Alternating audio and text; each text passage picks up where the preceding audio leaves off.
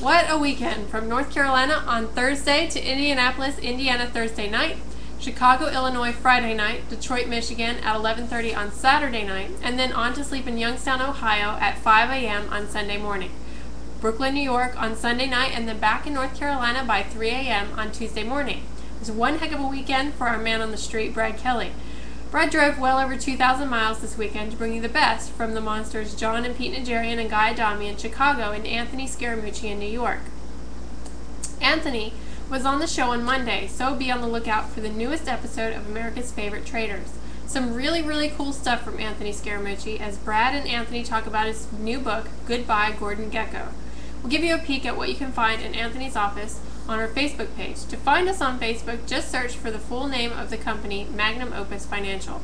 You can learn a lot about a person from the memories they keep around themselves, and we know from the book that Anthony has a nice spread of pictures of his family behind his desk, and we can verify that is certainly the case.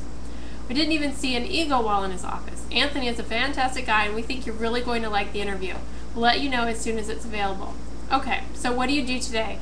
We think you sell put spreads. Try to be judicious. We certainly wouldn't be selling the July 75.70 put spread in Visa, as you'd be asking Visa to gain back everything it's lost by expiration. But we do think you can sell the 70.65 or even the 65.60 put spread. We're a fan of selling the Freeport-McMoran FCX 55.50 put spread, and we added to that short position this morning as the VIX went nuts. We are adding to our TOT position. It spiked up a quick 10% and then came back down below $45 again, and we're adding to our TOT position and we'll step up the buying if it gets any closer to $40. The other trade that we're putting on today with BP up is to get long the January 2012 25 put. You could put the trade on for $745. If BP files for bankruptcy, the $25 should disappear and the max gain is $2,500. That's a 300% gain, so we like the risk reward on January 2012 BP 25 put.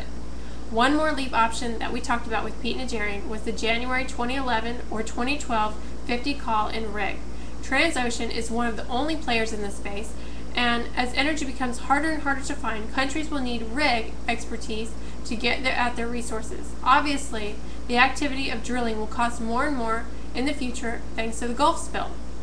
This should work in rig's favor going forward, so take a look at those leap options, either 1 or 2 years out. It's just too dangerous over the short term, but should work as long as they're still around, which we think they will be. Your max loss is capped at the cost of the call, so it's a good way to play energy over the longer term.